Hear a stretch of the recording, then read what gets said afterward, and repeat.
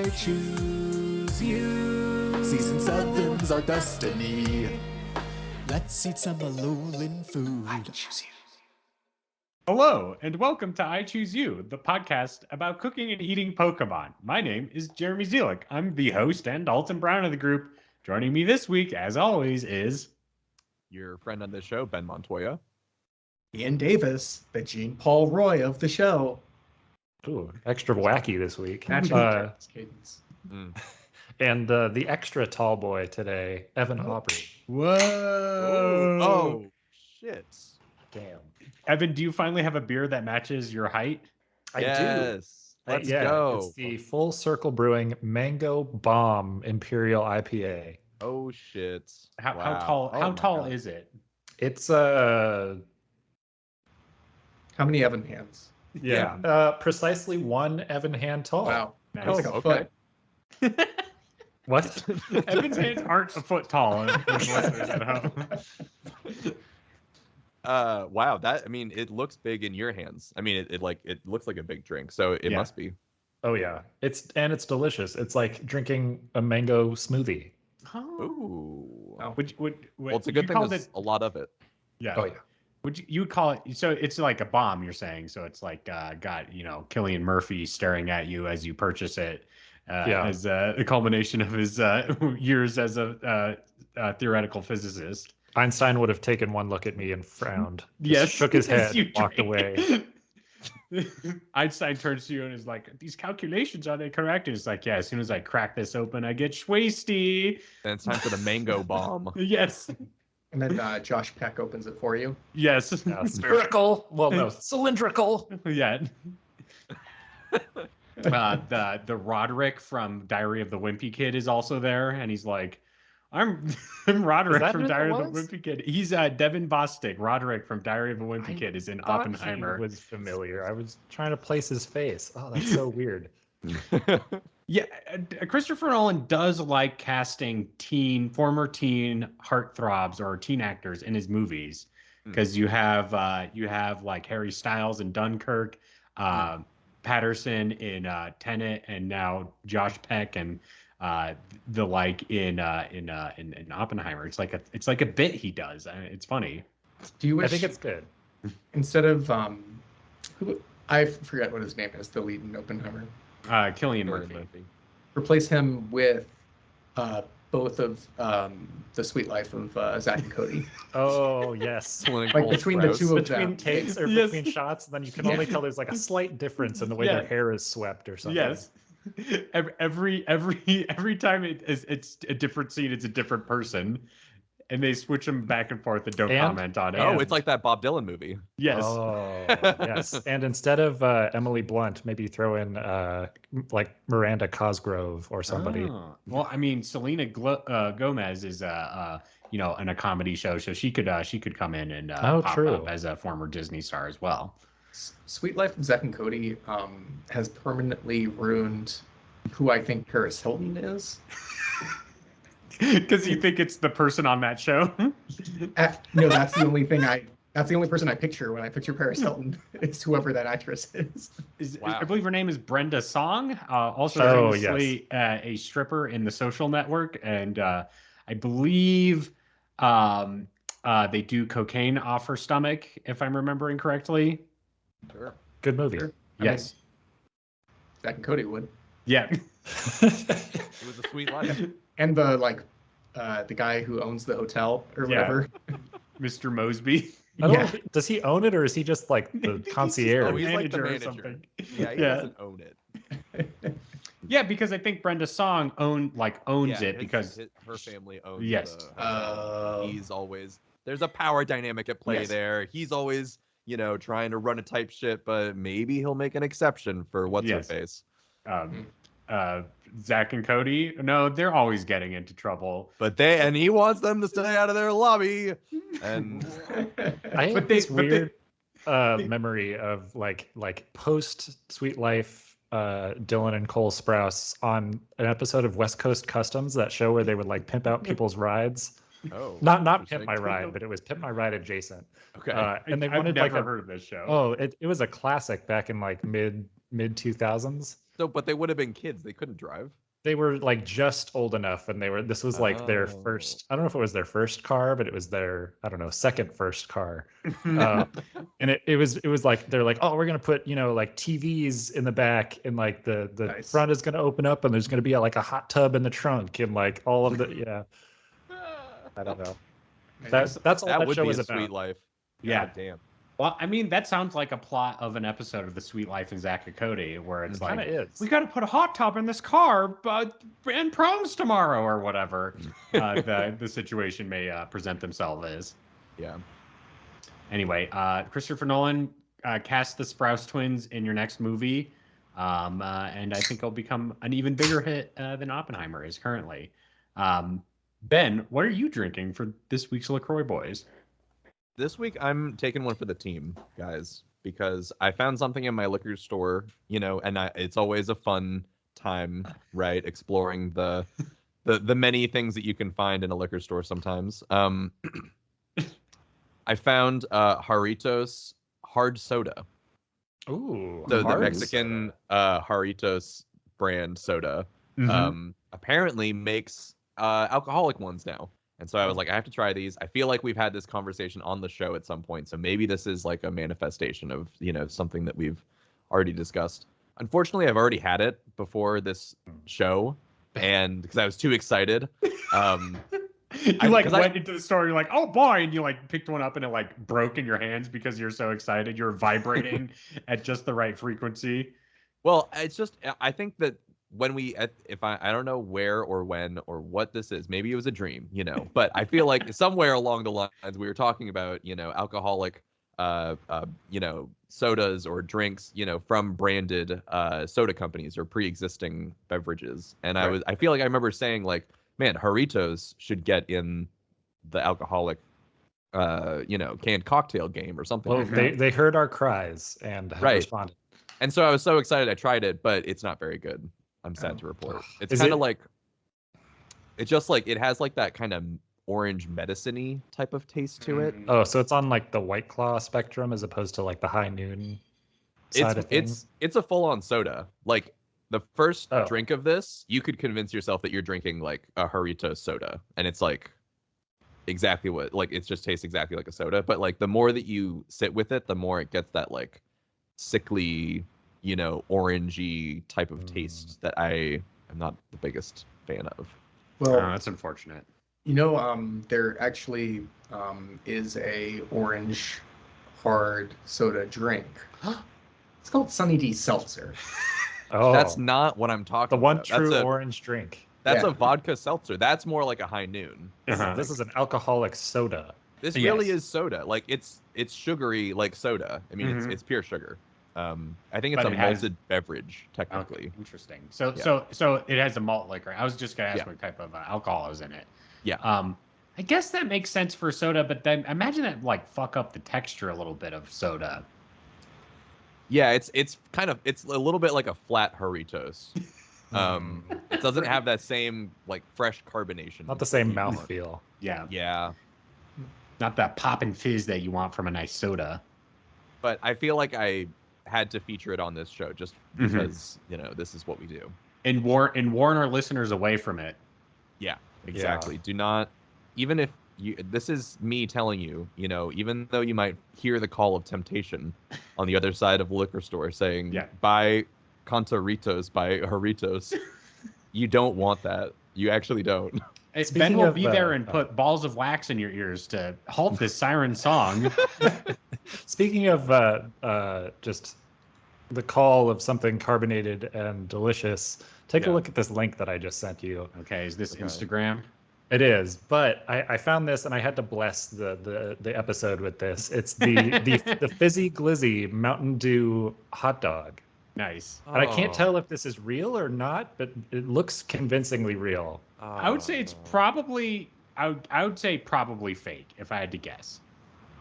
I want it to be real though. I want to take a bite of a hot dog and be like, man, this is the gamer fuel that I've needed. Well, let's see. Looking at this Instagram page, a few things down is a Game Boy Advance cartridge that says "Sweet Baby Ray's" on it, And I know that's not real. I won't play that game. Yes. You just open it up and it's a really low res GIF of like Sweet Baby Ray's like spinning around, and that's the entirety of the game.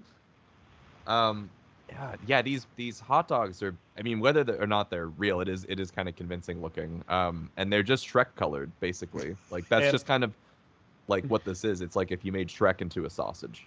And hear me out. Like I think Doritos has a new opportunity here for the Doritos Locos bun. Doritos bun plus Mountain Dew dog. Like No! that slides right in there, baby. That's The fizziest glizzy you ever sucked down. yeah. This fucking gamer fuel for a week, baby. You're gonna 360 That color no-scope. combination together is like incredible. no. Yeah, the bun is orange, and the dog is green. Do you think, like, is it ethical to extend the Dorito brand and flavor profile to yeast-based foods? Yeast-based foods. Are you 'Cause, saying like- that the extreme nacho flavoring of Doritos is too dangerous on bread-based products? Well, I don't know about dangerous from an ethical perspective. Like 'Cause it's too grandma's gonna good. go get her like sliced Wonder Bread and accidentally get the like extreme Doritos bread and gonna 'Cause- like hurt Well, like, herself. Doritos like exist in a two-dimensional plane. You know what I'm saying? Not three-dimensional quite plane. true. Not quite when you bend it into taco shell shape. I don't know. Well, that's like a Mobius strip or Oh, you whatever. can't tell where it starts or ends. Ian, make a I see. Mobius Dorito for us. Flavor is never ending. I gotta say, Ian, I don't know. I think I would enjoy having my morning coffee, my eggs sunny side up, and a nice slice of Doritos toast in the morning. Yes. Don't get me Three wrong, toast. I would too, but I think it's like the eighth sin or whatever. Doritos is the eighth sin. Probably. I mean, this is another fucking Oppenheimer situation where Ian shows his calculations like I made Doritos, and Einstein is like, "You're gonna set the atmosphere on fire." This is unethical. Yes. Like you stick a Doritoast in the Doritoaster, and it like comes out, and your like entire kitchen burns down because of the Violates extreme nacho All the flavoring. Geneva Conventions. Yes. That's what I'm saying. It's a Do you war think- crime. Is the Doritoaster, is that just Doritos like logo slapped on the side, or is it like extra flavor blast to your toast as it's getting that's how prepared? you make the Doritoast. Is you put it in the that's what blasts Doritoaster. it. I Yes. see. So you like push it down and it gets blasted. Ooh, And okay, then that's it- a little bit. Okay, now we're approaching unethical territory. I'm at first I was like, free market, fucking laissez-faire, right? Like Doritos can make a fucking bread product if they want to. Who am I? Who's Joe Biden to fucking stop them? But now that we're getting into the Doritoast category, Yeah. where it's like you can take anything and put it in this Doritoaster and it becomes like Doritoasted. Oh, That's a little bit. Anything. Like I- maybe That's it's where a I Doritoaster think we oven. have to draw the and you, line like- here. Okay. No, Doritoaster oven. You put like a small pan personal pizza in there, and it gets fucking flavor blasted This is- before this it is- comes It's that's a out. the- slippery slope. It's a slippery slope. This is the soda stream that we really need. Is Yeah. like the how many things can you Doritoast? Or just put Dorito flavoring in your soda stream. Bada bing, bada boom. I need to circle back to Ben's incredible joke of Lay's a fair. Yes. Oh, That was so And fucking good. yep. Uh-huh. And the Lay's Corporation, if you want to make more money, make the Doritoaster right now. And the only thing you can't use it on is tortilla chips. Because that would ruin their Doritos. But you never have to buy another supply. Doritos in your life. Yeah. Consider this. Uh-huh. You wake up, it's early, you got the funny dust in your eyes still, you're like waking up, you stumble into the kitchen, you grab your toaster strudels, you accidentally slam them down in the wrong the Doritoaster and the toaster are right next to each other. rookie mistake. Yeah. And are you saying would I eat the Doritoasted toaster strudels? You have the Doritoaster strudel. Would you Uh-huh. would you hit it? Oh, I What did is that. would? What? Like the Pillsbury Doughboy is like, no, and then like the ad cuts to like the toast popping up, and like you're like, and then the Pillsbury Doughboy is like red and has little double horns and a double tail, and he like walks over. He's like, Yes. "What's up, sexy thing?" Yeah. Fucking Doughboy's going in the Doritoaster. I want to know what he tastes like. Wow. And then he looks directly into the camera and he says, "I'm gonna Pillsbury my dick in your ass." So we just get an What? NC-17 version of Pillsbury Doughboy. We look, people have poked his stomach enough. We need to know what he tastes like. Oh, Do you think it's like a raw cookie dough situation? Absolutely. oh, God. No, actually, I'm gonna counter. Because when you poke his belly, it's soft. Uh-huh. Cookie dough don't jiggle like that. You know what I'm saying? Sure. I mean, I would also call cookie dough soft. But it bounces back. It doesn't just Does it? index. Okay, It's you're better- saying the Doughboy bounces back. Yeah. Okay. I also So- want, when I poke some cookie dough, I want to hear the little like that he does when he. Yeah.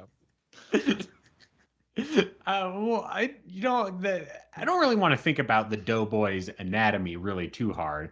But is it implied that he's made out of some sort of substance for baking, or is he like a ghost? Is he more dough or more boy? Yes. Or Doughboy's neither. these And like, nuts. what if he's what if he is the frosting packet? Oh. What if his Oh, skin is shit. just like pure see-through material, and you're Yeah. just looking into the inside, which is And all it's- frosting? Yeah. That would make a lot of sense, actually, why he jiggles like that. Like, That's it's what I'm just saying. It's just, like a plastic wraparound, like mold of a boy Mhm. filled with icing. Yes. Oh, Goodness gracious. All right, I think we've strayed too far from. Yeah. LaCroix boys, I got a Nova Scotia beer. I think it's pretty good. I've Hell had this yeah. before. Oh boy. I'm staying pure. Doughboy. Ooh, Ian, are you gonna go pure all season? Mm. No, I only have like the one box of it, and I've drank half of it. Yeah. So you're saying that after this box, there are no more boxes? Oh no, don't worry. I got some limoncello up on the roof. Oh, You know what I'm saying? No. Do you have to like hide it around the house so you don't drink them all at once? Like buried Um, in the yard. Yes. Well, it wouldn't work because I know it'd be a frog and toad situation where it's like, oh, he just untie, like open the box and eat the cookies. You know what I mean? Yeah. Like, no, I put them on the very top shelf of my kitchen just for space saving. Okay. Because you look up, it's like when people like have like their nice wine bottles lining the top of their kitchen Yeah. cabinetry. Yes. I just have box after box of LaCroix. Ian, so does this mean when you get your own house that you can like, dream home? And Mhm. everyone, maybe some folks dream of like a wine storage area. Do you have just like cans of LaCroix that are like vintage, that are like in a temperature controlled room? Yeah, you like I bring you down into my basement. A precise 69 degrees. Yes. Yeah. The perfect temperature for Well, beverages. maybe a little Yeah. colder than that. My like wine catacombs or whatever, like Mhm. the holes in the wall are wine sized, but it's still each one only has one can of LaCroix in it. Yeah. Well, Little it's like underwhelming. a cask of Amontillado situation where I'm like, Yeah. my dear Ian, I heard you have the finest cask of LaCroix in all of the country. Yeah, then I fucking bury you in the wall or whatever. And I get to, Spoilers. dear God, Montresor, and I get to be that guy. And then... Okay, let's talk about cooking and eating Pokemon. Each week Do here it. on I Choose You, we randomly select a new Pokemon to cook and eat. This week we're doing Turtonator. I don't know why that's so hard to say. Turtonator. It's like a turtle that has a gun in it. So we're cooking it each week. We randomly select a Pokemon. We then share recipes with each other. And whoever has the best recipe, we vote on it in a very democratic manner. And they're crowned the champion of all of I Choose Landia. And they rule us with kindness and grace. So who was last week's winner? I think I was. Ooh, Ben. Yeah, that'd be Ben. Ben, why don't you get us started off on the right foot with your Turtonator recipe? Gladly. Mhm. So I'm going to start with the pun that I came up with. and then I'm gonna build out the world in which this recipe comes to you from, because it's not your average. It's not what you typically want out of a recipe. But I think it'll resonate. Wait, Ben, have you Joker-fied this recipe? Is it a little twisted? You might say it's a little twisted. Okay. The first thing that I thought of was a Turtonator, which is excellent. A Mexican sandwich torta, using some meat and perhaps some aesthetics from the Turtonator to make it a lovely sandwich. And like tortas are great. It's basically, it's like similar to like using other Mexican meats in like a burrito or a taco or something like that, but it's just between two slices of really good bread. And with like, all the good like garnishes as well, pico de gallo and onions and like salsas and whatnot, lettuce, tomato maybe. And it's just a good, tortas are great, can't go wrong. Okay, but that's not your recipe. Well, it's not all of my recipe because, so, I think the reason maybe why Turtonator is such a funny Pokemon to talk about is because of a few things that I feel like maybe the rest of you were also noticing about this Pokemon. First of all, it's in the name, Turtonator. It's true. That's silly. That's pretty wacky. Yeah. It's the Blast Pokemon. The Blast Turtle, I guess I'll say. And it explicitly says in the Bulbapedia page that, quote, Turtonator's feces are dangerously explosive. It says that?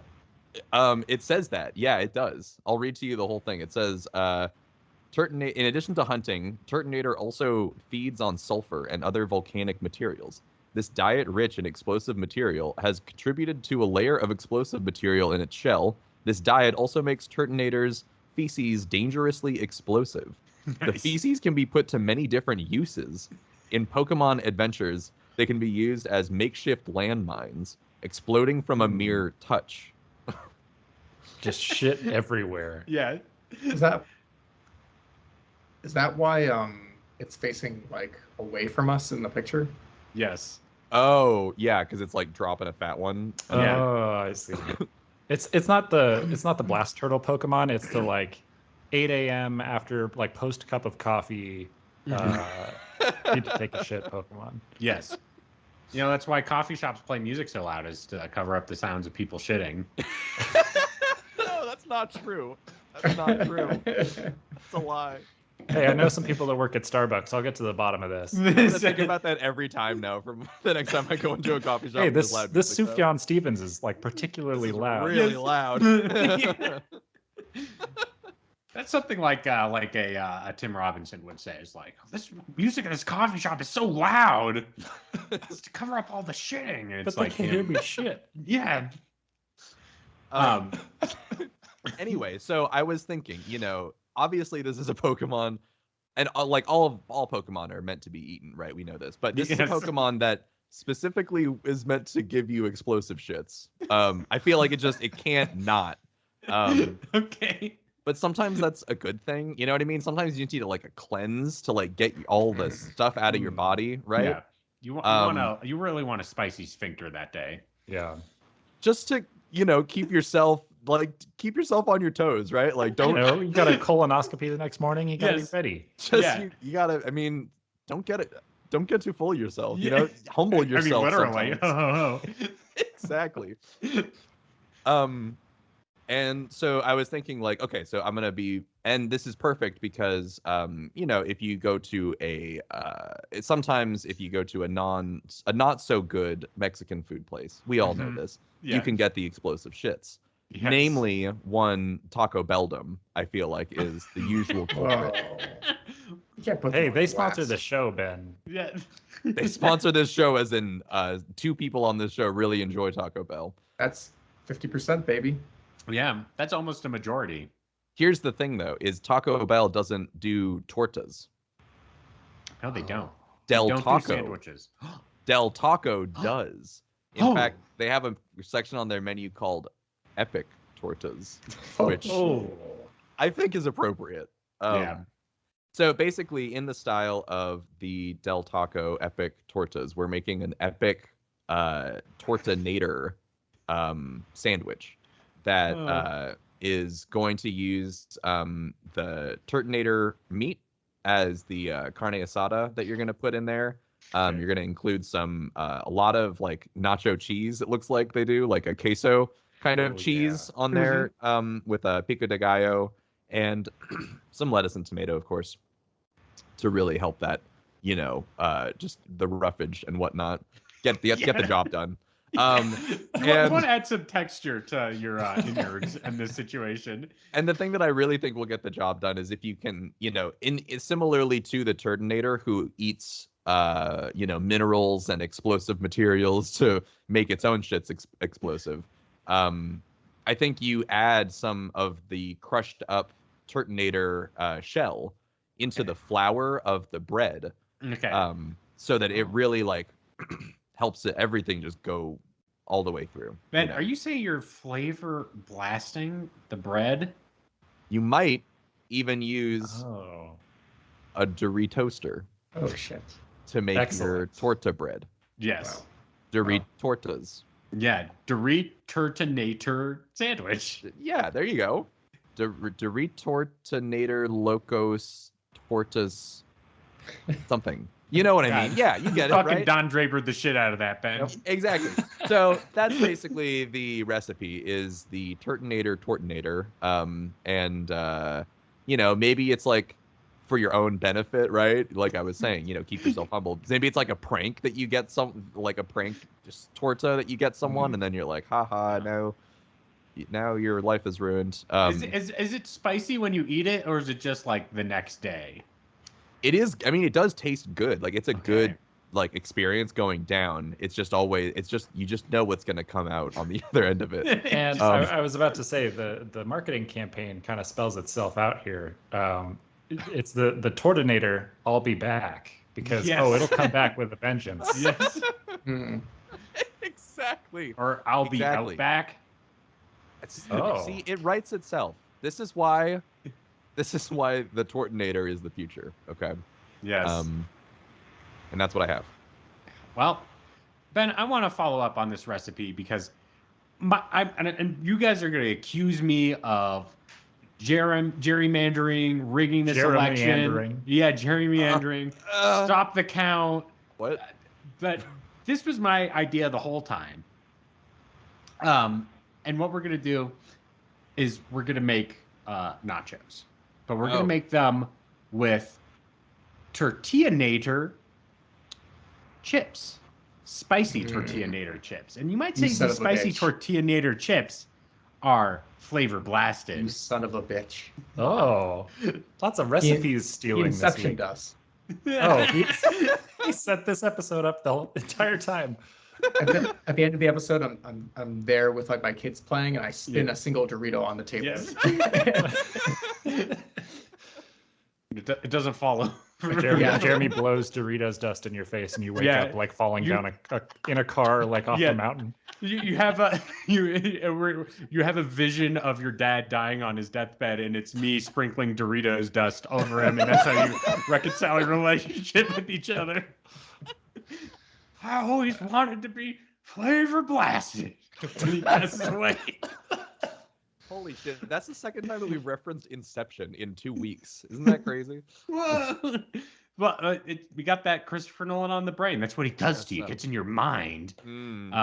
He incepted us, Ben. He's the real mind freak. Yes. Christopher Nolan's like, today I'm gonna be a bit of a mind freak. He's like, and he loves. Is Christopher Nolan also Alfred? I mean, he's British. I don't know. And he likes Michael Caine. I mean, there's got to be a reason for it. That's why Michael Caine's direction and Alfred was so good, because Christopher Nolan was just like, just do this, and then you would talk normally. Shit, why wasn't Michael Caine Einstein? That would have been so good. I just the imagine, size of a tangerine. Yes. Or Christopher Nolan's like, Caine, Mr. Kane, just flavor blast this scene.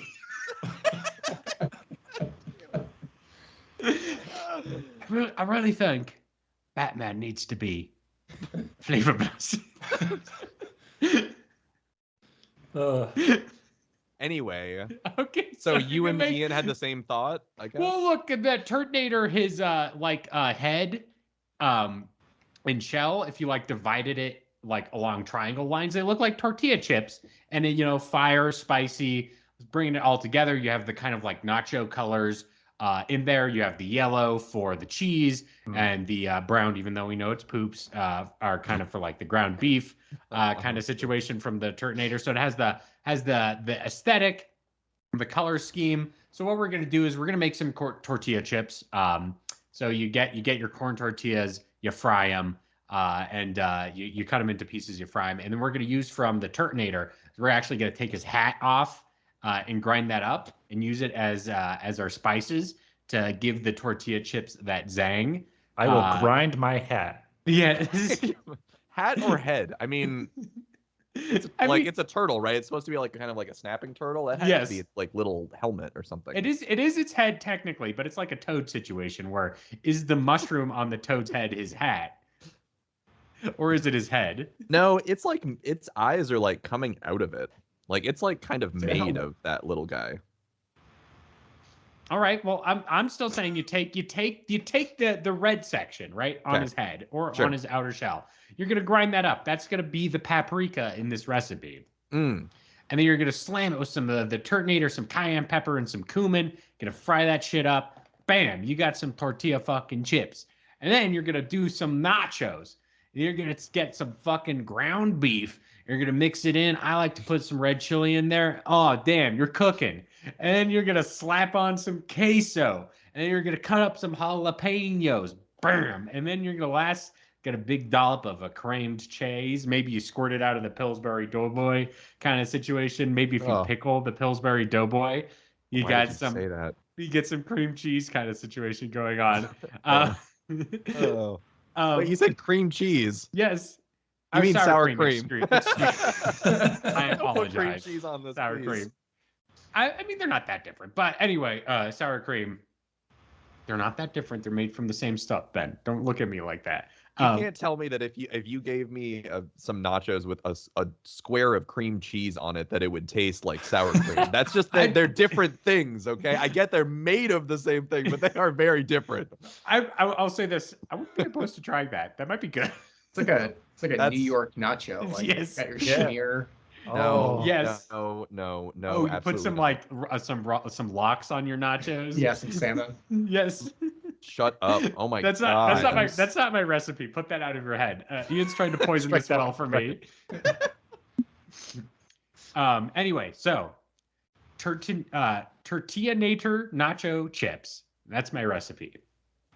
So it's just the chips that are nacho flavored. It's not like these are nachos. No, you also put nachos. Like you put. Okay. You're making nachos. These are stacked. These are mile high piles. Yeah, I was just in Colorado. I was a mile high. And I got these fucking nachos slammed right in front of me. Oh yeah.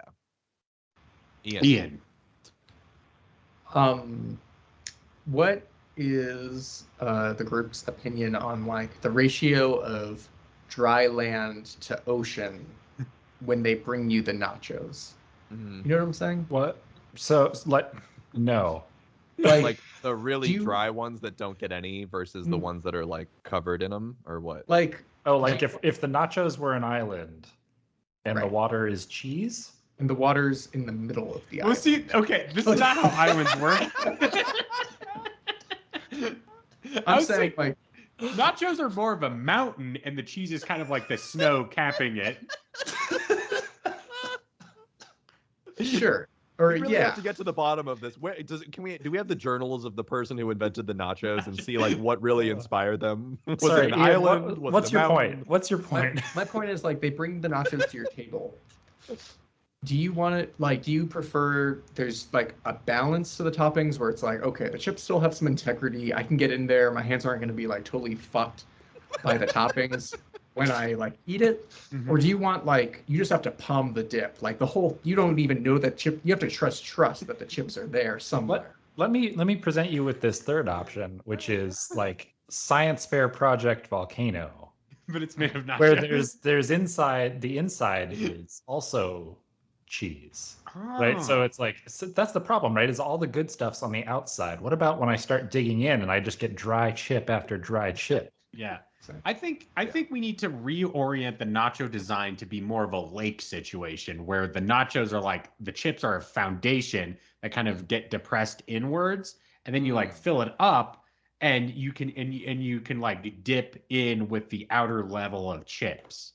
Yeah. So you're implying a chip bowl Yes. that Yeah. holds the toppings. Like a chip cone. Like Yes. instead of a mountain, I want to invert that pyramid. Yes. Yes, exactly. I think that's the thing is like not separated like a one of those bowls that has like a little thing for salsa, a little thing for guacamole or whatever. But it's like, yeah, like what you're talking about, like the inverse of it, where some of the chips do get covered and everything, but you can always take your dry ones and go deeper.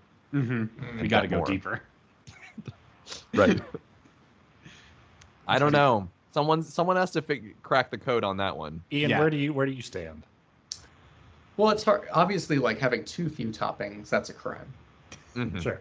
But It's like, having- I didn't- It is. I didn't It is. pay- At what point? Because then you're like, I just paid too much for chips. yeah. Exactly. Mm. I think I lean more towards just bury me in it. You know what I mean? Like, because I'm not too proud to use a fork. If Me things neither. get a little too sloppy. Yeah. Oh, no. Or you just bring me a wet nap. I'll get in there with my I'll fucking open heart surgery. That shit. You know what I mean?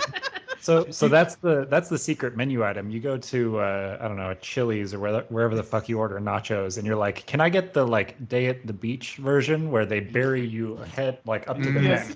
neck? You have to eat your way out. Yes.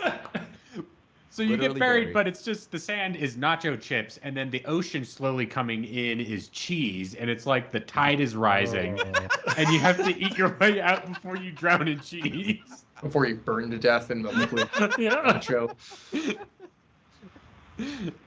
Man, That we have sounds- great ideas. Yeah. They could have that at like a Margaritaville, and it would be like the talk of the town. I would go. Ian, was your recipe also nachos? Adjacent. Okay.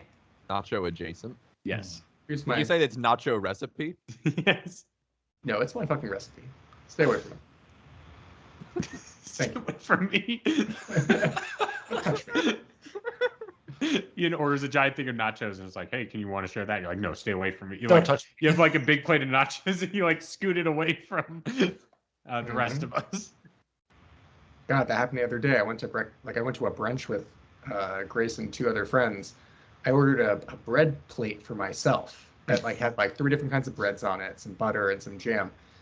Motherfucker puts it down in the middle between all of us, as if it's to share, as if. But then I can't be a dick and just pull it towards me. I'm like, oh no, of course you can have a piece. Oh no, And, that's this bread's all for me. Yeah. You should have fucking eminent domain. This is my bread. I should have not left him a chip. That's what I should have done. No, that's not right. But Ian, what is your recipe? All right. I too went for the pun this week, but different part of the world. I present to you the Northern Tater, Turtonator, poutine. Oh yes. Okay, I want it. all right. Yeah. Yes. I want it. Not quite nachos, so I'll give you this one. But you see what I'm saying? It's like, It's the Canadian nacho. I guess so. I feel like a pang in my stomach saying that, but I think it's true. The kid that poutine is the Canadian nachos. Ben? So here's the funny thing is it was right when you were about to say your recipe, my internet kind of glitched out, and I only kind of came back in when I heard you guys saying, oh, it's kind of like the Canadian nachos, to which I was thinking, oh, this must be poutine. Can you say it once again so I can just let it fully hit me? Take 2. The Northern Tater, Turtonator, poutine. Okay. All right. Yeah. Yeah, We all got right. it, guys. Houston, we're clear. That was the reaction I was like, because like when Ben just was like staring down, I was like, Okay, oh fuck, so- I didn't get him. Continue. All right. Don't know what to fucking tell you. It's poutine. Yeah. No Okay. What? jokes. Anything else? Yep. What do you want? You got your gravy. It's made with gravy ingredients. Beef broth, chicken broth. Ian, I want to know what you think gravy is made of. You know what gravy is made of. Sure. Cornstarch, water, Okay. unsalted butter, unbleached all-purpose flour, beef broth, chicken broth, and pepper to taste. Nice. Mm. Then you get your, some russet potatoes. Make your French fries, and for toppings, of course, white cheddar cheese curds. Yeah. And also Turtonator, like turtle meat, Mm-hmm. Okay. as a topping. When I was in Winnipeg on tour, Mm-hmm. Oh shit. On was with- Turtonator. he was with the Yes. suit. There it is. So less cool. We went to a poutine place, and to this day I'm not sure if it was like a good local poutine place or more geared towards tourists, because they simply had so many toppings. Simply Like- had so many. You could get like barbecue poutine. You could get Korean barbecue poutine. I will say, Yeah. like, pulled pork on poutine is amazing. It's incredible. It does Okay. sound good. So does all the poutine have to make it poutine though is gravy and cheese curds? Is that it? Yeah. And then everything else is just extra. Well, I would assume it also needs French fries, but maybe I'm. Oh, making that right. up. Yeah. Just gravy, just hands full of gravy. Oh boy, gravy time! You eat it like soup. Well, so what I was thinking with this recipe was I wanted to do maybe like kind of get like that Korean barbecue spicy profile Mhm. for the meat. Okay. And no, I Nice. will not elaborate. Okay. Yeah. Okay, Sure. that's fine. We got it. As is your right. It's like the gochujang base. Exactly. Yeah, Mhm. garlic chili kind of. Yeah. Mhm. hmm That's And the then northern tater was really the whole. Right. That's like the whole thing. The Yeah. What northern makes a tater. tater northern? Canada. Okay. All right. Oh, I was Anything thinking. else? I was thinking Ireland. Like, I don't know. Like- I was just trying to like connect your personal experience to Oh. this. But Uh-huh. No, Would you say potatoes from what place is more likely to have further north potatoes, Ireland or Canada? well, to me, not about where the ingredients come from, but what like the cultural connection is. what you do Mhm. with them. It's like what Mewtwo says. It's not about where the potatoes come from. It's what you do with them. Sure. Sure. When my They would know. Mewtwo's crying over Ash's stone cold body, and like Mewtwo and Mew are like talking. Yeah. I get it. It's like, what are taters, eh? Yes. Mewtwo's famous line. Yes. Yeah, I don't. Canada is like the name a more northern country. I'll wait. Greenland. You son of a bitch. Sorry. Isn't Canada technically more northern? Like there's parts of Canada that go more north. I'm looking at a latitudinal map right now, and Greenland wins. It has the furthest north Yeah, land but in do the people country. live in the there? world. No, people But don't what- live there, Ian. But what country is called the Great White North? Explain that to me. Oh, not Greenland. No. That's just called Greenland. Fuck Only you. in the Great White North can you get the Great White Northern Tater. Okay. Yeah. Is it a giant potato that you Yeah. like mine from the ground? in the God, middle what? of like winter. Yes. What if instead of farming you had to mine potatoes? Yeah, and instead of ice fishing, you cut a hole in the ice to pull potatoes out. That feels like a Nathan for you logic. The plan: we freeze potatoes and throw them into an ice fishing hole to revive this man's poutine business. Okay, Ian. Yep.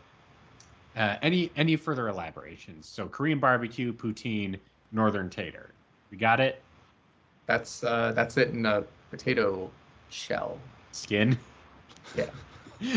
when you skin a potato, you're like, "Woo, got the shell off." Yeah, I gotta crack this. Gotta thing. shell these potatoes. Gotta shuck this thing. All right, Evan, what's your recipe today? So I went a very different direction, surprisingly, although not too far off, because there is some flavor blasting that's about to occur. Um, so I was really given a hard look at a Turtonator, and it kind of, for whatever reason, like jackfruit spoke to me. Oh, It's a interesting. little spiky. Maybe it's a little stinky. I don't Uh-huh. know. You know. So taking Yes. that shell off gets you right to the meat, the jackfruit meat, right? Mhm.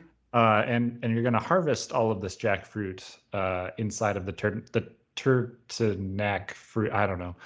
You're gonna you're gonna take all this stuff out, and what we're gonna be making is some jacked up vegan ribs. I guess, although it's not Oh, really fuck vegan yeah. because it's still from an animal. Yes, but they could still be It's- jacked up. Oh, they're jacked That's up. an interesting proposition. It's kind of like a uh you know, imitating vegan food. It's Mhm. like using an animal to imitate a vegan Yeah, recipe. this is a Fucking concept Ouroboros restaurant here. where the chef is like, "Fuck you, vegans! Like, look what I'll do with your food. I'll just make vegan food out of real meat." Right. So, so basically, what you do here is you get a bunch of jackfruit, you get a bunch of wheat gluten. So seitan. I don't know if you've heard of seitan. Oh, I have The- heard of seitan. Not Satan, but you know the food that all vegans love. Uh-huh. It's really good. It's not quite tofu, but it's like if tofu were made of wheat, essentially. And It's you're good. gonna mix jackfruit with the seitan to get kind of a nice meaty, ribby texture. Basically, you're gonna be forming like McRib style patties from this mixture, Mm. and you're gonna be getting basically just coating that in barbecue sauce, of course, with some onion powder and some garlic powder, all that good stuff. And you're just going to be putting these in the oven for a little bit so they get nice and roasted. You're going to really cook this fake meat, real meat. And then once you take them out of the oven, just brush them again with a little bit of barbecue sauce, and you got your jacked up vegan ribs. And I say jacked up because that's just what this vegan website called this recipe. Just jacked. Yeah. Yeah. Can we double back for a second? So when I was training to become a professional chef through that online class I took, I had to make seitan Yeah. from scratch. Uh-huh. Where can you talk me through where the Turtonator comes in again? So, looking at the shell, it reminded me of a jackfruit. Yeah. And once you crack open the jackfruit, you get those nice little like nugs of jackfruit meat, essentially. So you take Jack those, the jack flesh, and you combine that Turtonator flesh with this seitan to get kind of like a nice, like almost pulled pork like texture when you bite into it, but it like firms. It's like firm enough, and kind of the wheat kind of acts as like a binder to make it like more of a patty. Okay. Yeah. So the seitan already exists. Okay. Yeah, you just kind of have that. Gotcha. All right. Okay. Let's review our recipes. Sounds fun. From Ben, we have Turtonator Torta will make your shits explode! Exclamation point. From me, we have Turtonator nachos. From Ian, we have Northern Tater Turtonator poutine, and from Evan, we have jacked up Turtonator ribs. So let's fucking go! Let's go! I'm picturing like he's heating up, but it's like Yes. he's jacking off. It's jacked up. That'd be funny if that's what we called like getting swole. It's like, oh man, that guy's really Oh, that jacking guy's off so right now. jacked off. Yes. Well, I have the results. Uh-huh. The results are in, and it appears that one Jeremy Zelick has won Wow. this week's episode Wow, it's my Tortilla year. chips. Yes. with 2 votes. I got a vote and Ian got a vote. Nice. I will say this was my second choice when I was thinking today in the car. My first choice was tortellini, which is like the little pastas. And I was like, that's funny. But I did that before, so I was like, I need to fucking challenge myself. I need to. I think it paid off. Yeah, Think I did. outside the bun. yeah, I did. I fucking did. And that bun was flavor blasted. Let's go. Let's fucking go to the next segment, which is Whale Lord's Mail Horde. It's where we read your emails and questions, recipes sent into ichoosepod@gmail.com. That's ICHEWSPOD@gmail.com. Evan, can you read this email from Mike? Hey there, Mike. It's me, Evan. Alola boys, let's talk Turt. Our friend Turtonator here is a fire landmine turtle dragon in that order. According to the Pokedex, these spicy turtles are known to reside near volcanoes and cause explosions to capture their prey. Nice. Well, guess who else recently rolled out the limited time volcano menu? Taco Bell. Mike knows what I'm talking about. So, looking at Turtonator, the first thing that comes to mind was the delightful Crunchwrap Supreme. And I'm not necessarily up, quote unquote, on T-Bell marketing materials, but I assume there's a volcano-style Crunchwrap on the menu. There, surprisingly, Mike, there is not. I've checked. Boo. Evan, do you have the app? I do. Yeah, order some Taco Bell right now. Can we get a fact check on this? Well, Yes. I mean, yeah, what do you want, Ian? No, I just wanted to confirm that like we both had the app because I knew you were the only other person I know that would. So the problem is though, like I have the app. I don't use it enough to get points. I usually look at like, oh, what's on the menu today, and then I go like, because there's a Taco Bell literally like 2 blocks from my house, which You're is blessed. a blessing and a curse for my bathroom. But anyway, so spoiler alert, there isn't. But don't you worry, your sweet baby heads. I, Mike, not Evan, believe that I, again, Mike, not Evan, could make a Crunchwrap Supreme. Now, I asked my wife if she thinks cooking a turtle dragon would be more like cooking chicken or beef or steak, the 3 genders of meat at Taco Bell. Beef and steak. Those are 2, ground What beef are the- versus steak strips. I see where he's going. Yeah. Gotcha. Yeah, it was like one of those is the 2 of those are the same thing, but She wants to keep it traditional and stick to the 88% pure beef that we all know and love. The other 12% is filler. yeah. Well, although these days I don't know. I think they've rectified that. Mm-hmm. So to grind up your Turtonator meat in the kitchen mulcher. Grind up your Turtonator meat in the kitchen mulcher. Be sure to take precautions with this particular mod and move the kitchen mulcher outside or into a warehouse or airplane hangar or other large, open, and well-ventilated space because Turtonator are reputed for exploding. So you season deliberately with cumin and chili powder and onion and garlic and let that mingle with the Turtonator's inherent spices because fire type equals spicy type. Mm-hmm. We've established. So prepare fresh flour, large flour tortillas. Ina Garten will tell you store-bought is fine, but I strive for excellence. So also prepare some flat corn tortillas to give it that crunch. Nice. Let's take the large flour tortilla, toss in some of that Turtonator meat, black beans, nacho cheese sauce, corn tortilla, fresh chopped romaine, and baby spinach, the best spinach. The freshest pico de gallo, and of course, the volcano sauce. Store-bought is fine. Fold up that baddie, slap it in the George Foreman grill, which is the second favorite kitchen appliance to the air fryer for Mike. A panini press or hot skillet with the folded bits face down so that it seals in the flavors. I bet the volcano sauce kind of slaps as a standalone, and they're too cowardly to make it in packet form. Enjoy with a Baja Blast, as is traditional, of course. And if you're feeling froggy, put some tequila in that dish, and bada bing, bada boom, you have a janky margarita. Oh, that's. I mean, they do that's doing that a at the lot. They do that at the Taco Bell cantina. To call it a margarita though is that's stretch. a The stretch. the Blastarita. Yes. The Bajarita. I mean, I imagine it's like what Ben was drinking, but worse. Ben, why did they not call the alcoholic Jarritos Bajaritos? Call them up. 1-800-PAJARITO and be like, give me the actual. Bajarito. Sorry. Too many things are getting mixed up in my mind.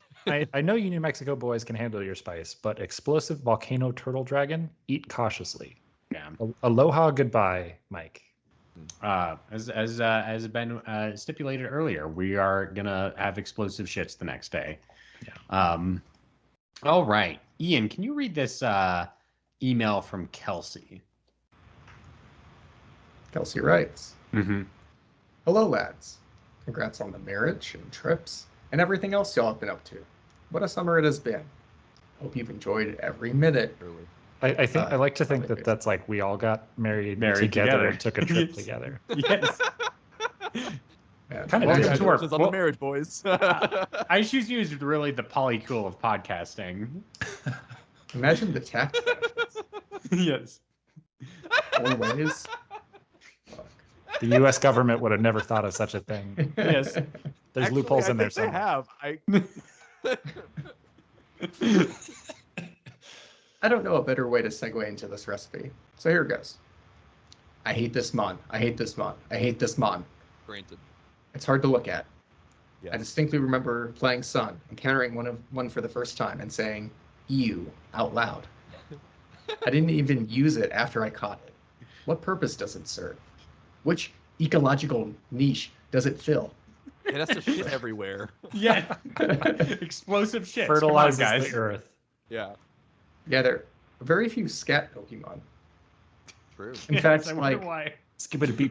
correct me if I'm wrong. We've watched like how many of the movies, and personally, I've watched a lot of the TV show. Don't know if I've ever seen a Pokemon bunghole, like a little Like- X on the back of the Pikachu. Yeah. I'm pretty sure they draw bungholes. Do they? We've never seen an episode of Pokemon where Ash is like, oh, Pikachu needs to take a piss, and he like lifts up a leg or something. They're like, "What's wrong with your Pokemon?" He's like, "Oh, he's got to take a leak." Yeah. Then find me a picture right now that has a little X on its butt. See, here's the thing: is I'm not gonna do that because I'm not gonna look up Pokemon bunghole. That's a job for But someone. I'm sure someone's done it. You know. Yeah. All right. We wanted a fire dragon type, and the Pokemon Company gave us a damn turtle. Arceus himself nerfed it and put a hole in its stomach, and now it has to wear a dumb hat and walk backwards everywhere. But even Oh, is that why it's facing backwards? Oh. maybe. Yeah. But even that won't do much for it, because the shell on its back apparently explodes violently if struck. This thing is fucked. So I guess all this to say, I feel no remorse about cooking and eating it. That's no Nice. There we go. You There never it is. never feel remorse. Today, I'm going to be preparing and sharing one of my favorite recipes, mapo tofu, or in this case, mapo turtonate tofu. It's pretty good. Yes. Okay. Yes. Jeremy, did you eat this when I heard from someone that you went to China? I did not. Not this specifically. I did have spicy tofu when I was there. Okay. Mapo tofu is a Sichuan Chinese dish that involves stewed soft tofu, pork, scallions, chilies, and fermented black beans over a bed of rice or noodles. It's savory, spicy, and satisfying, but what really makes it special is the final ingredient, ground Sichuan peppercorn, or hua jiao in Chinese. I don't know if any of y'all have tried Sichuan peppercorn before, but it's a type of peppercorn. Sorry, let me pause. Have you guys tried it? Jeremy? Yes. God. When I was in the People's Republic of China, I stopped in the city of Chengdu, and we did have the Sichuan peppercorns in our. hot Wait, pot. Jeremy, you went to China? Yeah. I 5 didn't- years ago, I visited my brother in China. I wasn't even looking at your guys' faces. I was reading this email, and I heard that little lip smack, and I could just picture his dumb fucking smug face. Well, actually, Yeah. I was eating these fucking peppercorns and looking at baby pandas at the same time, and I was like, "Oh yeah." What a weird Wow. combination. Well, they're in the same city. I don't know what you want from me. Well, as Jeremy, I'm sure, could tell us, it's a type of peppercorn that makes your mouth all tingly and kind of numb instead of hot. Mm.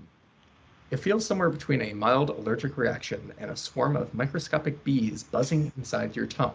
I don't know Actually, about that. I've heard of this. I've heard of In this. a good way. Kind of right. Yeah, Research I don't.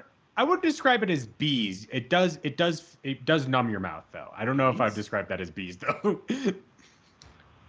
In a good Yes, good bees. Researchers found that the sensation you get from these bad boys comes from a compound that activates the same receptors that let you feel vibrations. So that's cool. Whoa. There's actually a Chinese word for the sensation caused by Sichuan peppercorns. Mala, M-A-L-A. So what I'm going to presuppose is that Turtonator shell is one giant Sichuan peppercorn. Oh. The cracked open part is the hole in its stomach. Yada yada. He's a big ugly peppercorn. Okay. Nice. Big walking peppercorn. Yeah. And then there's a picture of peppercorn, maybe? Yes. Presumably. Peppercorn. I hardly know her corn. Oh shit. Nice. Is this anything? I'm tired. It absolutely is something. Keep it up. Yes. Yes. First, take about 150 grams ground pork, season it with salt and white pepper, and stir fry it in a wok with sesame oil until it gets crispy. Transfer your crispy meat to a separate container, leaving in the pork oil, capitalized TM. Okay. You've heard of snake oil. What about pork oil? Sounds good. Turn down that flame until it's low and slow, baby. Then, you've got to take a few hot red Chinese chilies, chop them up, and stir fry them along with 1 tablespoon of doubanjiang, which is fermented red chili soybean paste, pronounced doubanjiang. Oh, I got it right. Good for me. Yeah. In 1 part pork oil and 1 part vegetable oil until the oil turns a nice red color. Then add in 2 chopped scallion whites, 1.5 tablespoons minced garlic, 1.5 tablespoons minced ginger, 2 tablespoons chopped duchi, which is fermented black soybeans, and 1/4 tablespoon crunchy chilies in oil, or 1/2 tablespoon red pepper flakes if you want a little less oil. Cook it all up until it's homogeneous and smells capital nice. Smiley face. Nice. Next, add 400 milliliters of unsalted beef broth, 2 tablespoons soy sauce, 1/2 tablespoon sugar, and half of your crispy meat to the wok. Cook everything up for 3-ish minutes until bubbling, and then add 450 grams cubed soft tofu. Simmer all that together for about 8 minutes, and don't stir it too much, otherwise you'll break your tofu. Don't. While that spicy jacuzzi party is going on without you, you'll need to prepare 2 things: your starch water and your Turtonator shell. Mix 1.5 tablespoons cornstarch and 2 tablespoons water in a small container. Stir it and let it sit. This will thicken up your sauce, spelled with an S, 2 S's, and make it capital nice. Ah, Turtonator. Sneak up that bastard while wearing a bomb squad uniform and break off a piece of its ugly, ugly shell. Brace for impact as the shell explodes. Die. That's okay. You've got protection. Insert timely Oppenheimer joke here. Yeah. Way ahead of you. Yeah, we did this once already. Go back to your kitchen and take off the bomb squad getup. Optional. Put that shell bit into your coffee grinder at the finest setting and grind it into a powder. Don't be like me. Please clean your grinder before and after this, or you'll either have some nasty tasting peppercorn or wonder if you're having an allergic reaction to your coffee the next morning. Oh, Oh no. Once the 8-ish minutes are up, pour in the starch water and stir everything carefully until it thickens. Sprinkle in the pulverized Turtonator shell to taste. Serve immediately over steamed white rice and enjoy the explosion of spicy and zingy flavors. Thank you for your time, and man, screw this Pokemon. Fuck this Yes. guy. The Moon Pokedex talks about how Turtonator's dung is explosive and can, quote, be put to various uses, end quote. So I almost subbed in for the doubanjiang, but I didn't want to give Turtonator the satisfaction of watching us eat its poop. Oh. He gets nothing. Nothing. You get nothing. I love that. We will not descend to the level of a coprophage. You will get nothing. All right. Thanks for writing in, Kelsey. We've got some Discord messages, so I'm going to start out first from Jonas.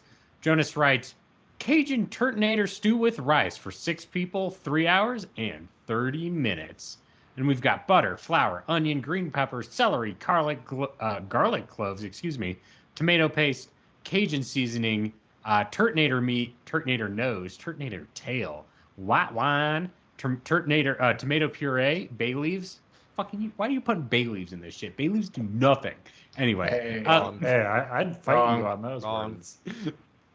we've got to do like the flavor blasted taste test where I just boil water with a bay leaf in it, and I challenge you guys to tell which one has a bay leaf and which one doesn't have a bay leaf. I bet you I could. I'd pass that test every single time, Jared. All right. Cook all the meat for a couple of minutes to get the sulfur out of the meat and make sure it's safe for consumption. That's weird, but I guess true. In a large heavy pot like a Dutch oven, heat the butter over medium-high heat for a minute or two. Stir in the flour, then turn the heat down to medium. Cook this roux, stirring often until it turns the color of peanut butter, about 10 to 15 minutes. I would be concerned if that happened normally, but hey, it's what it's got to do. While the roux is cooking, heat 6 cups of water in another pot to the boiling point. Hold it to a simmer for now. When the roux is ready, add the onion, celery, and green pepper and stir to combine. Turn the heat to medium-high and cook this, stirring often until everything is soft, about 6 to 8 minutes. Sprinkle some salt over everything while you do this. Add the garlic, Cajun seasoning, and tomato paste and stir to combine. Cook this, stirring occasionally for 3 to 4 minutes. Mix in the Turtonator meat and tail, then add a cup of white wine, the can of crushed tomatoes, and hot water, stirring as you add.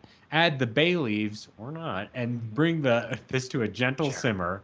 Add salt to taste. Let this simmer very gently until the meat is tender, at least 2 hours, maybe 3. While waiting for the stew to cook, heat up a pan with some butter, add the Turtonator nose, and fry until it's well done. Serve alongside the stew. When the stew is ready, add more salt, black pepper, hot sauce, and/or Cajun seasoning you want. Then serve it with a white rice, Turtonator nose, and lots of green onions and parsley. Make sure you have hot sauce on the table, and don't forget the beer. What is the beer? I Like next. Why am I asking? Yeah, Especially not after exactly. that felt really intimidating. It was under a different spoiler warning in this Discord channel. Because you can't forget the beer. Don't forget the beer. What's the nose? What I don't I'm kind of lost on what that See, I was was like analog is. It's the snoot. Yeah. Right, well, I know what the nose is, but I'm confused on what the analog, like real world comparison. It's like a of that fried is. chunk in your stew. Okay. You're like, You know what oh I'm boy, saying? lucky me, I found the nose. Yes. I got the nose. Turtonator Yes. It's like the aphrodisiac episode of Futurama. Mm-hmm. Yep. Gotcha. Yeah, it makes you horny, like the turtle. All right. Ben, I've heard Pokemaniac Chris has a recipe for us. They do, yes. Pokemaniac Chris writes, so Turtonator is this kind of grody looking turtle guy. Big spiky shell, lots of armor, and underneath that some pretty unremarkable stringy white meat. Some Alolans dry the tails and chew on them as a snack.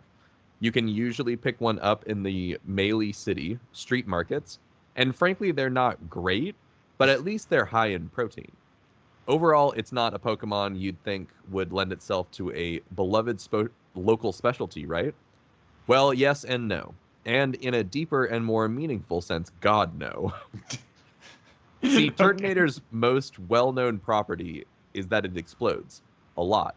Its shell covered with a thin coating of highly reactive sulfur-based secretions that release a buttload of energy when exposed to water, pressure, heat, social awkwardness, the laughter of innocent children, or really just about anything. These compounds are very difficult to harvest safely. If you approach a sleeping Turtonator and try to scrape off some of the coating off its shell with a paring knife, usually what happens is it explodes, and so do you. But there is one way to do it, and that's with alcohol. Not by getting Turtonator drunk, though you should probably do that too, just to be on the safe side, but using alcohol as a solvent. Using balls of cotton wool dipped in the purest grain alcohol you can get your hands on. Carefully and gently sponge every square centimeter of Turtonator's shell to dissolve the explosive sulfur compounds and collect the runoff in a bowl. Being sure not to shake or jostle the liquid. Slowly and carefully mix it 2-to-1 with thick Mudsdale milk, and then sweeten with a dash of Bounce Sweet juice. The milk's high fat content and suspension of fine clay particles are enough to slightly stabilize the explosives. Well, that's a little fucked up that the Mudsdale milk has clay particles in it. I'm not making a fucking pot here. I'm trying to drink some goddamn milk. The result is a truly appalling substance the Alolans of Ula Ula Island refer to as, quote, volcano milk. Yeah. It is the spiciest thing in the entire universe. It tastes like lava mixed with rotten eggs. It is well over 60% alcohol. So if you drink it in pints, which the locals, for some fucking reason, absolutely do, you will be very rapidly getting shit-faced. When you drink it, the explosive chemical reactions of Turtonator's shell coating will begin to happen at a more controlled pace inside your body, which supposedly gives you energy, but also causes absolutely rancid and catastrophically flammable flatulence. And if you mix it right, if you get the proportion, and that's if you mix it right, if you mix the proportions wrong and drink it anyway, you might just explode with enough force to take out an entire malasada shop. If you could avoid all of that by just having a coconut cola LaCroix on the beach, you could. Up to you. Thanks, Chris. This sounds terrible, and I appreciate it. We salute you. Yes, we're Chris's Pokemaniac Chris's of the world. We salute you for sending in your recipes. All right, that wraps up our recipe section. Now we're gonna pick next week's Pokemon in a segment I like to call Pick'emon. Excuse me, I said it wrong. Evan, can you give me a number between 722 and 809? All right, we got 753. 753 is for Mantis. Aw, this is cute. Oh yeah, the little bug. Yes, It's a bug. It's the sickle grass Pokemon. I don't know if it's actually a bug or not, but I'll throw this up here. So send in your It's like a praying mantis. Yeah, your for Mantis recipes to ichoosepod@gmail.com, and we'll get those on next week's show. All right, time for plugs. Ben, where can we find your stuff on the internet? You can follow me on Twitter at Ben C. Montoya, or on Tumblr, or whatever you want to call it, I guess. Or you can follow me on Tumblr at thefearandnow.tumblr.com. And if you're interested, if you are wanting something else to listen to, go ahead and subscribe and listen to Hang Up, the reality dating show with no rings attached. It's a podcast that I edited and sound designed, and it's a lot of fun. New episodes out on Tuesdays, just like this show. So if you want to keep the party going, head on over to the Hang Up podcast feed and check it out. Nice. All right, Evan. Or no, let's do Evan. Yes, I usually do Ian then Evan. Yeah. Ian, what do you have to plug this week? Yes. Whoa. Follow Evan Aubrey at E_van. Right? Aubrey at X and at Tumblr, and check out Evan at FYI. .com. Oh no. Oh god. Ian, what are your actual plugs? You can follow Ian at Musician Davis on Instagram, or Ian Reynolds Photo.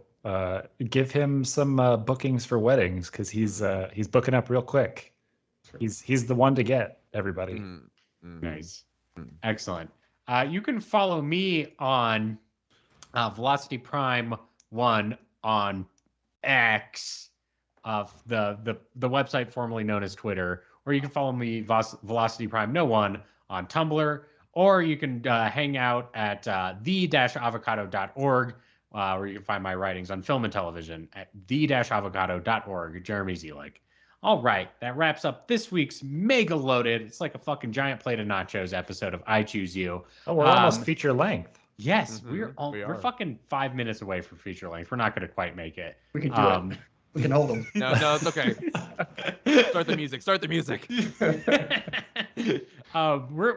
We're just like 6 minutes short of being as long as like Beetlejuice. So I think Next time we'll get there. I Choose You, the podcast about cooking and eating Pokemon. You can find us on your favorite podcasting apps, including Apple Podcasts, Google Play, Stitcher, Spotify, or your podcast catcher of choice. If you like our show, make sure to give us a 5-star review on Apple Podcasts and Spotify to help us go up the ranks. If you want more I Choose You goodness, may I suggest checking out our social media pages, I Choose Pod on X, Facebook, Instagram, YouTube, TikTok, and Threads. Boom. I think that's everything. And Tumblr. Oh my God, we just reoriented all of our social media pages, so there's so many now. Okay, so check us out, all those places. If you want to be a part of that I Choose You community, join our Discord. Links are available in the episode description. You can head over, chat up, send recipes, be a part of community events, all that on the I Choose You Discord. Lastly, but not leastly, check out our official website, ichooseyou.menu. ichooseyou.menu has a full episode archive and merch store designed by one Evan Aubrey. That's ichooseyou.menu. All right, I think that wraps up the show for this week. So, for I Choose You, I've been your host and ultimate ground of the group, Jeremy Zielik. I've been your friend on this show, Ben Montoya. Ben Ian Davis, the Jean-Paul Roy of the show. And Evan Aubrey. And to all the choosies out there in Radioland, in a while, Totodile.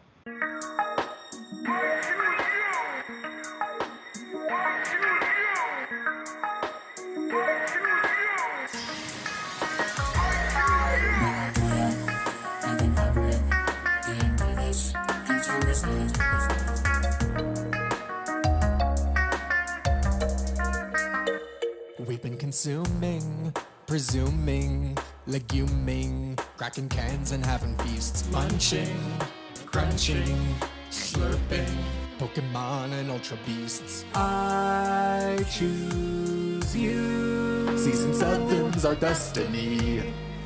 Let's eat some Alolan food. I choose you.